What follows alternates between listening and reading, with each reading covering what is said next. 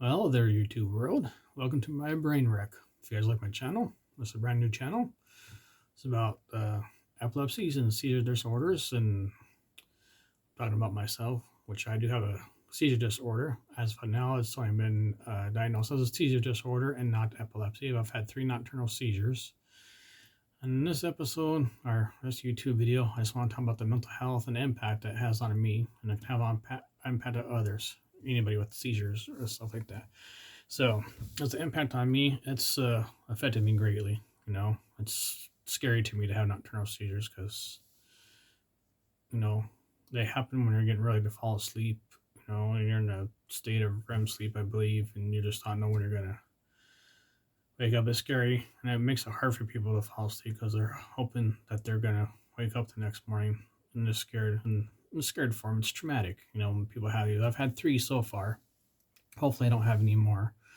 But like I said, I haven't until later on in my life at 48 years old. So far, my brain wreck is doing okay so far. That's why I call it my brain wreck. As for a physical diagnosis, no, not yet. Just a seizure disorder, which is a diagnosis technically. Now I know that they do say nocturnal seizures are related to epilepsy, but as I I've not been officially diagnosed with epilepsy, but as is related. I'm not sure how exactly how it's related, but it has to do with electrodes and stuff in your brains and things like that. So as for mental health, it affected me very much. Put an impact on me. Made me depressed, maybe not wanting to get out of bed, just stay in bed and stay in bed for weeks and weeks and weeks. And even though as I was putting on medicines and stuff, anti-seizure, anticonvulsant medicines, and they gave you. And for all those that have seizures out there, epilepsy or other type of seizures, you know what I'm talking about. And I'm on some very strong anti-seizure medicines on the max of one of them. So, and really affects me and makes me tired. So I end up staying in bed for a long time. So I really had to push myself. It's very hard to push me, especially my wife tries to push me the best she can, but I'm just like a rock. A big old boulder won't move. No, and she can't move me. I mean, I'm 223 pounds, so it'd be hard for her to physically push me off the bed there a little bit. But anyways, how's it affected me? At night, it can disrupt your sleep, and it does lead to anxiety, and anxiety to about the future, seizures, and other difficulties. It can contribute to exacerbating existing mental health conditions like anxiety and depression. Like I said, which I've had depression and anxiety and stuff. So, but we're working on that, trying to get it coming down a notch, slowly but surely. But Shirley's not here to help, haha. But we're doing our best to get it under control. And has it impacted me doing stuff? Oh, definitely has impacted me doing stuff. Taking care of myself better, hygiene and things like that. I'm not gonna lie. I don't want to go to bed and take a shower, or do anything. I just want to stay there every day and just I'll go get something to eat, and go right back to bed. Is what I want to do because it's just how I feel, how I feel for it. And a lot of you guys feel that way too. But we do need to push ourselves and do the best we can. And I can understand those people that have seizures, disorder, epilepsy. I understand how you feel. So I never thought how I would feel about that. I mean, who would never thought I would have a seizure later in life at 48 years old? It's crazy. I don't know how or why. Don't know the underlying causes. I know. What I'm just gonna put it right out there. One of my reasons why I possibly had a seizure is because I had an infection, and I'm gonna tell you right what it is. It's cellulitis, right above the backside here, if you know what I mean, just right above. So that was pretty scary. So it couldn't be, I didn't even know it was there or anything like that. Couldn't feel nothing. I don't know if not just because I couldn't feel because I can feel there's a big scar there now, but I didn't feel anything or nothing like that. No nerve pain or anything. So I'm not sure how long it was there. So that's more likely how one of my possibly I got a seizure, possibly leading up to a nocturnal seizure or whatever through infections. Don't know if I've had any seizures in the past or not. If I have, I would not know and I remember it anyways because I don't know. I never thought I had a seizures or anything like that. And don't know if there's a history in my family of people who've had seizures or anything like that. Not that I know of, anyways. And I don't know if that's hereditary in families. If you guys know about if it is hereditary, let me know. Tell me in the comments down here. Leave a like, a comment. That helps the algorithm, helps me out, lets me know you're watching. So, like I said, this is I'm just telling you my story. Now, this is for medical information purposes or anything like that. If you need to understand the medical information and stuff like that, consult with your doctor or physician. So, anyways, this is it's hurt me a lot. I feel like I can't do nothing. I'm just a piece of gum underneath a desk. I'm not sure a lot of you feel that way too, but don't feel that way. You're not. You're not that. You're not that way at all. You guys are people also. So don't feel bad. Oh, my eyes are watering here.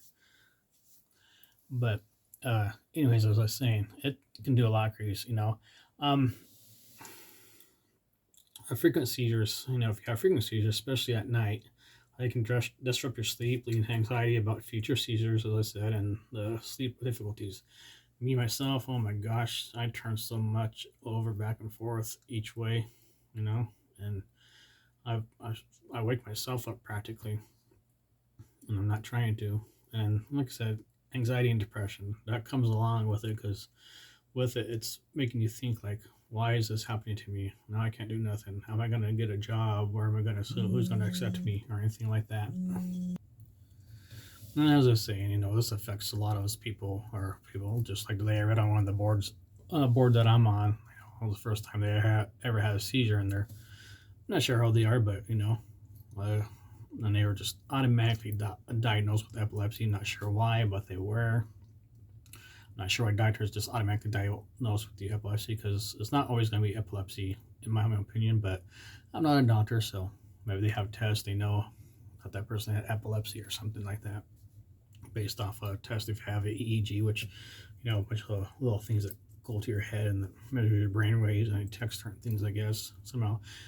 Anyways, cognitive impairment. Yeah, it does. Memory affects our memory and stuff. When we have seizures, we don't remember what happens or anything like that at all. Do not at all. Don't remember anything. We wake up, we're like, where the heck are we? Even though we be in our bedroom still or whatever. But it's crazy. So, and for those who've had your seizure for the first time, I'm very sorry. It's a scary thing and traumatic for yourself, your family, friends, and whatever. Or people don't understand it. And some people look down on like they're faking it and stuff. Like I said in my videos, people think we're faking it and stuff. No, we're not faking it. I want to take you guys take that very seriously. I'm talking to you guys that make fun of people with seizures and stuff like that and epilepsy, and also EMTs. I'm talking to EMTs. Did you guys think you know everything about epilepsy and seizures? You may be educated on to a certain degree, but there have been some EMTs that have been not so nice to some patients, from what I read on the board. So I'm saying they're faking it. They did this. They did that. How do you know that? You haven't took that extra schooling to prove that. So to all your EMTs and professionals out there that transport people to the hospital, things like that for emergencies, be kind. I know most of you are pretty kind. You're trying to do your job and trying to save lives, but you don't do that in a type of emergency situation and belittle somebody at all. That's just wrong to do. All right. Period. Don't do that. Be humble. Be kind. Take care of your patient that you got to take care of. That's all you got to do. That's all I'm going to say. All right.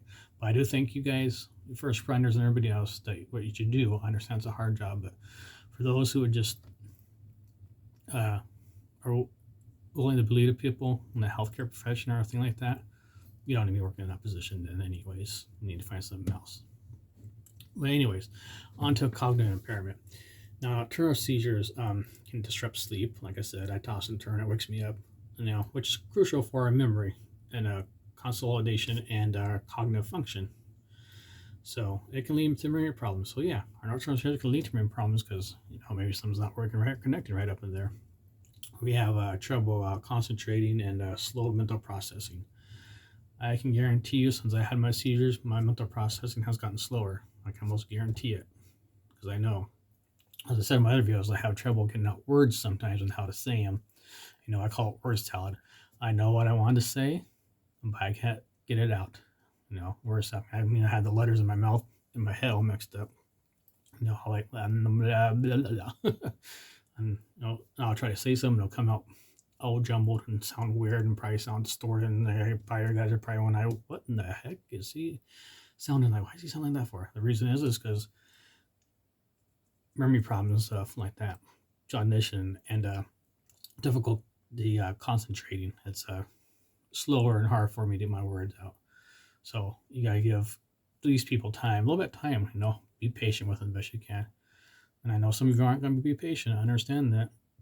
And some of you, if you can't be patient with the person you're with, and you can't be as patient as you can with them, they have epilepsy or seizure disorders and stuff. And sorry for you, you need to be upfront and be honest with them. Let them know that. They might hurt them, but you know what? If you tell them the truth, don't lie. Be truthful, because it's easy to remember truth. Because the truth is straight. A lie, you gotta remember the lie, and then try to go back and say, okay, how do I say this or that? Don't do that. That just makes people ticked off. Be honest, be upfront, and you'll also be more respected. Now, in slow mental processing, as I said, sleep deprivation and any effects. Seizures, particularly nocturnal ones, as I've been told, can lead to sleep deprivation. That is true. That's why you'll see a lot of people with nocturnal seizures that have had nocturnal seizures. No, they just don't have any energy. They just don't want to go nowhere. And they feel, like I said, they're a stigma to a society, and they're just a piece of gum underneath the desk at a school or on the floor somewhere, or in those where table at a restaurant, etc., etc. What else? Like I said, it can turn to mental health problems, and does. It will turn to mental health problems because it slows their processing, I think, and they can't connect, their brain. Let's say, I know I'm pointing to my brain here or whatever. Their electrodes in their brains, they can't form the neurons complete or whatever they learned before. They have to learn what they're trying to say sometimes. It might take them a little longer to relearn what they're saying. They may not seem as I don't want to say as high as functional as they used to be, but maybe you can see it in them that they're acting differently. They have difficult concentrating and slow mental processing, obviously, as I was saying before.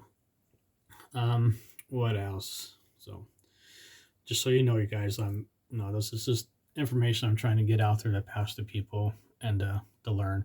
And I'm doing my research and stuff. This is not to be taken as a medical advice or anything like that. I'm just trying to educate people out there, because I think people are not educated on this enough at all.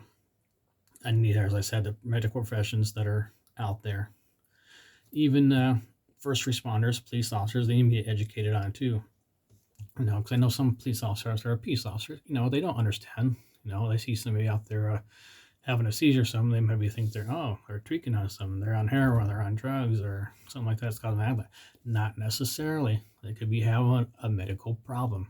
They could be having diabetic seizure. They could be having a seizure itself, an epilepsy seizure, tonic-clonic seizures, absence seizures. You just don't know. So I think that should be taught across a lot of the medical professions more. Not just the doctors, but from first responders on up. Firefighters, first responders, EMTs, paramedics, and so forth needs to be more educated into their curriculum before they graduate, I think, personally, to recognize certain types of seizures. But yeah, I do understand you guys recognize certain types of people are on heroin or tweaking or whatever like that. I understand that because, my background's in criminal justice, so, I've been trained on things also, so I know. But I think that should be part of a curriculum for their graduation from their degree, or not their degree, but their field they're graduating to help recognize stuff. Not to be that intense, but have a basic understanding of it. What else? As I said, difficulty managing stress. Yes, stress is very one of the number one things that people that have nocturnal seizures or seizures themselves, or those who have seizures. And like I said, for those that have seizures out there, or nocturnal seizures or other. And as I mentioned, there's 40 plus different seizures out there. Not all related to epilepsy, but there's a lot of epilepsy stuff out there, yes. Quite a bit, more than we realize. Not sure exactly how many, but there's a lot. So just letting you know about that. All right, we're back here. Decided to take a break here for a second, grab myself something to drink. As I said, sleep deprivation and its effects, seizures, particularly nocturnal ones, as I mentioned, sleep deprivation. It can turn into worse than mental health symptoms, as I mentioned. As myself, I know that has affected me quite a bit. It's affected my brain. Like I said, I know I'm probably sorry, I've mentioned this quite a few times, but am I gonna be here the next day? Am I gonna all day? Yeah, all day. I'll put that. Anyways, um, it's pretty scary, for us. And I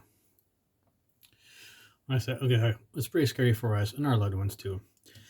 And another video I want to talk about is for those who live with people that have epilepsy or seizures and stuff, and that you feel like you have to watch us like a hawk, which I understand to a certain degree and stuff, and I can see why, because you love them, you care for them. But there's also reasons why that's one of the reasons why we feel like we're just a piece of gum underneath a desk somewhere. We don't always have to be watched like a hawk. All right, you can be nearby and stuff and check on us every once in a while. We don't have to, we like to have our independency also, but I understand why, But yeah, we might be dependent on you to a certain degree, because you might have called 911. I understand that, but other than that, if we're doing okay and we're enjoying ourselves, and we're just relaxing, reading a book, or watching TV, or resting, or talking to somebody on the phone. If you go in the, going to take a shower, bath, whatever, I can understand that to a certain degree, like I said, because you're worried about them falling, hurting themselves. And by the way, about the baths and showers, now, if you're going to take a bath, I know they say how you don't do that, but if you're going to, I would not put very much water in there. You're better off to taking a shower or having a shower chair in there with you. You have one of those hoses that come off the showers, and you can take a shower the way and spray yourself off, and like that.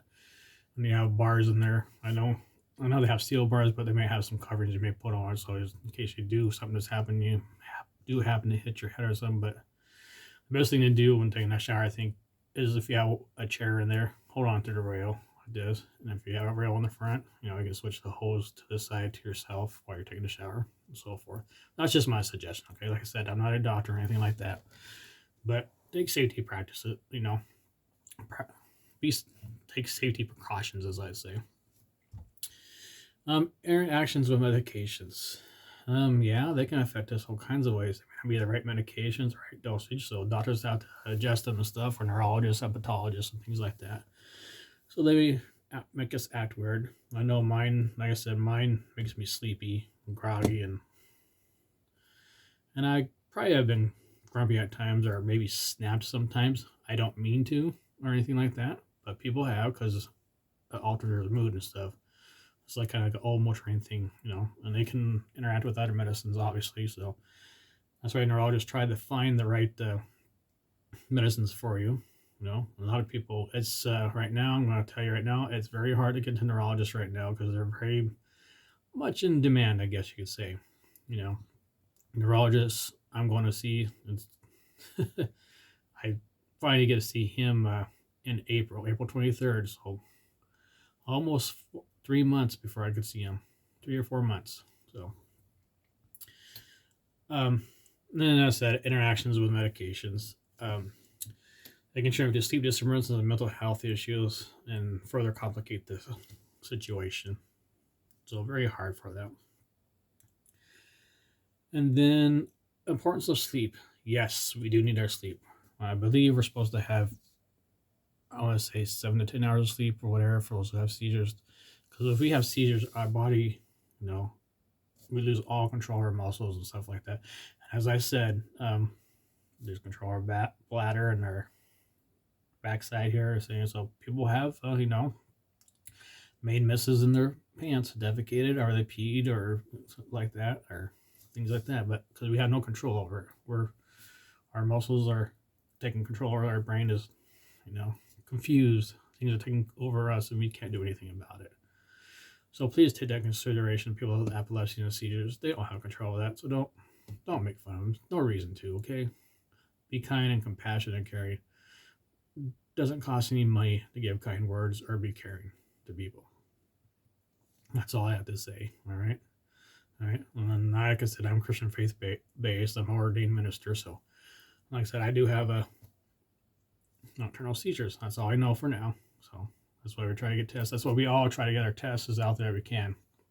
We all want answers. We want to know why. Why did this happen to me? Don't know why.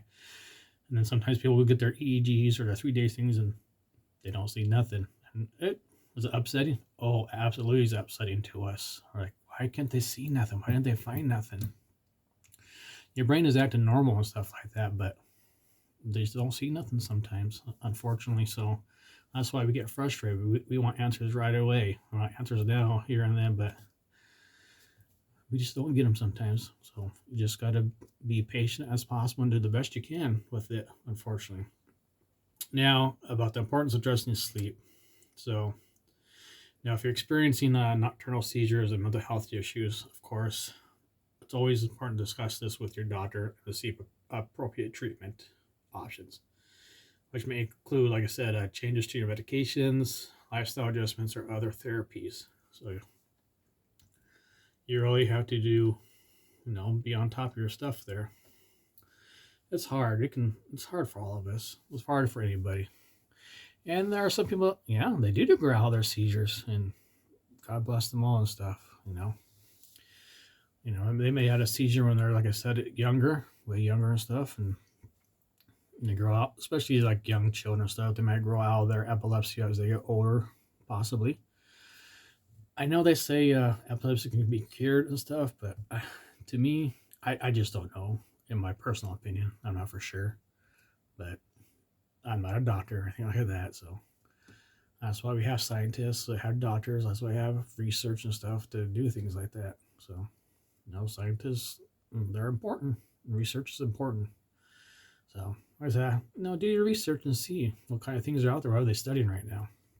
And like I said, I want to get more of this out there for more educational purposes. Not just educational, but the people that are uneducated. See what I was saying? And like I said, word scramble, word salad. I'm trying to get my words out. I know what I want to say, but I couldn't.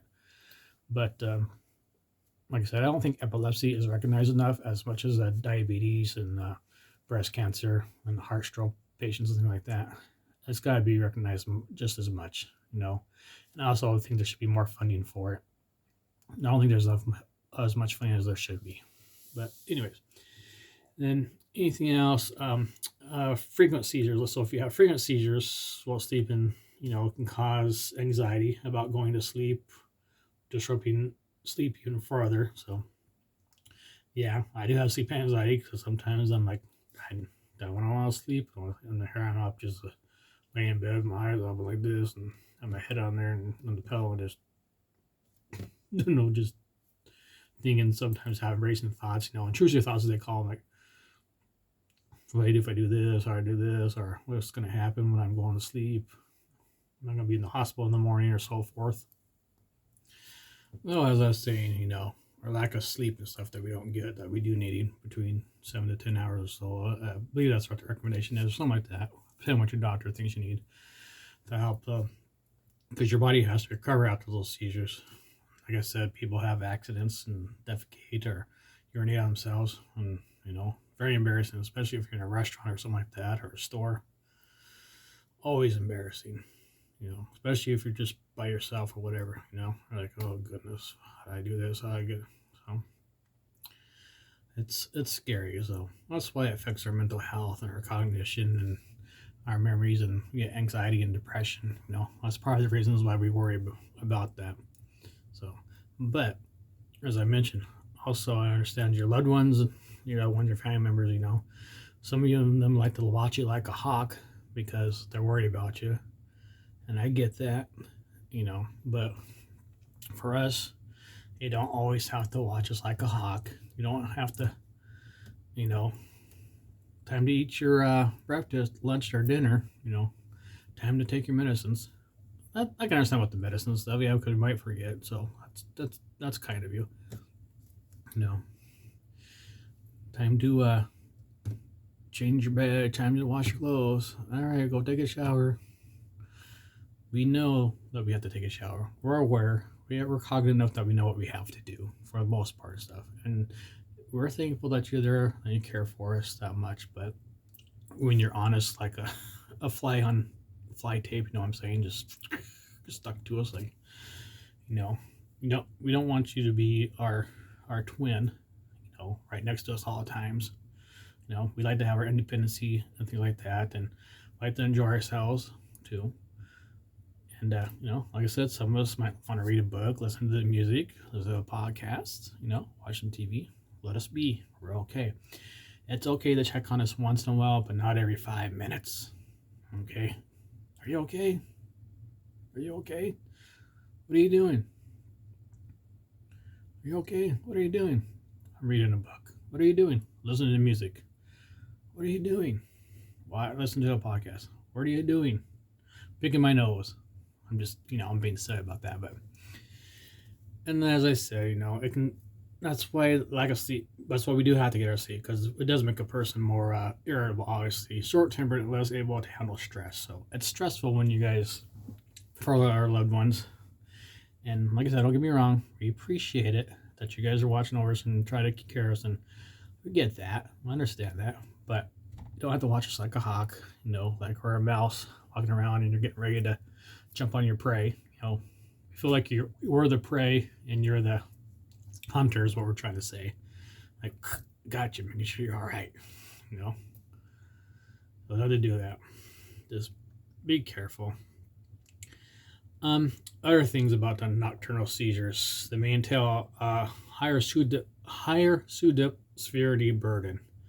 So SUDEP is basically sudden unexpected death in epilepsy. So that's why they might think that's be related to epilepsy. It's a rare but serious condition where a person with epilepsy dies unexpectedly and without clear cause, often during or after a seizure. So that's why nocturnal seizures can be very, very scary. So we just don't know what exactly it is, or how it happens, or why. So yes, it is scary for us. What else?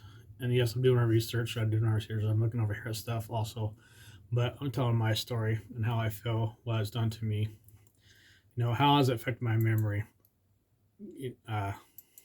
Things like that. Now, nocturnal seizures, like I said, they do affect memory, and they also have a lot of people that have seizure disorders, not just epilepsy, not just nocturnal seizures, but there are different types. There's, like I mentioned, there's 40 plus different seizures out there. Okay, and maybe I'll talk to them, but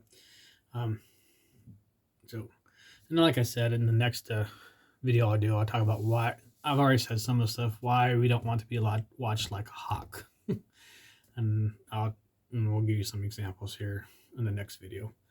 Now, patients who do have seizure nights tend to have worse memory than those with other types of epilepsy. All right. So, people that with cognitive deficits that can decrease their quality of life. Many patients with epilepsy have cognitive deficits. It's just what happens. Now you ask us, does that cause our personality changes? So seizures, yeah, they can cause our personality change. Like, why is he sad? Like I said when we were watching this video, why is he acting so weird? What in the heck is he doing? Why is he? I've never seen him like this before. Or her, him, and then our person, place, or thing. It's mostly people with epilepsy. It can be associated with changes in personality, mood, and behavior, though the extent and nature of these changes vary significantly. So it could, it's a traumatic experience for them. Of course, it's going to change. What happens to them? It affects their brain and stuff. That's crazy. We just don't know. And then one more thing, I'm just going to add this in there to everybody out there. Again, thank you for watching this video, my brain wreck. If you like my channel, like and subscribe, press that bell button, or click down the bottom right hand corner of your screen there and click on my little person with the brain there with the electrodes hooked to them. And then the one thing, like I said, people, what they try to do, people always ask, do they show up on EEGs? Okay. They can record unusual spikes or waves in electrical active patterns. Now, different types of seizures can be identified with these patterns. When a patient experiences nocturnal seizures, a sleep study is often needed to diagnose the condition. So that's why they have to do a sleep study to diagnose conditions for nocturnal seizures or leading to epilepsy or so forth. All right.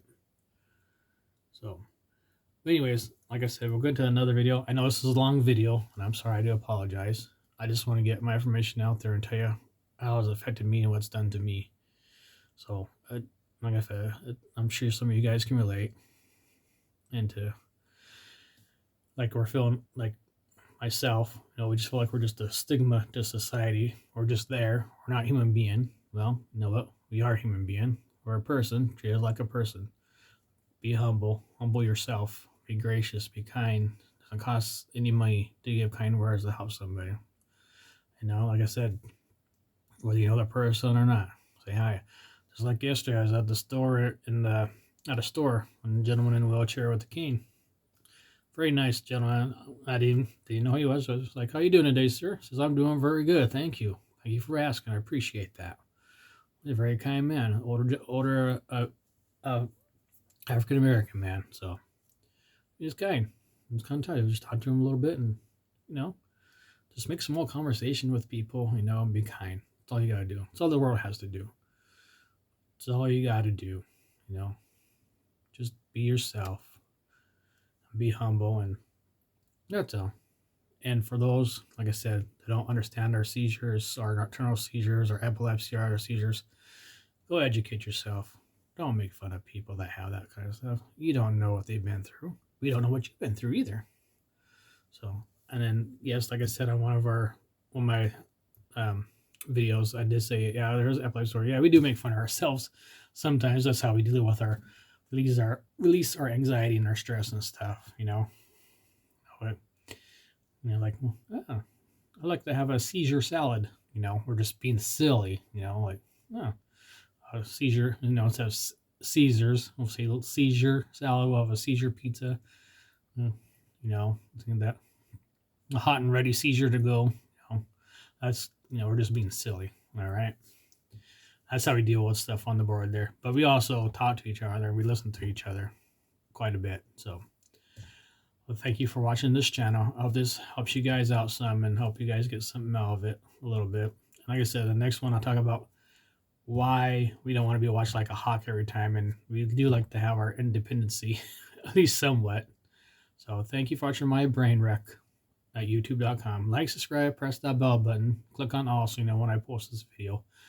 Or click down on the bottom right corner of the screen there and click on the little person there with the electrodes on his head, their little brain person. Thanks for watching. You guys have a great night.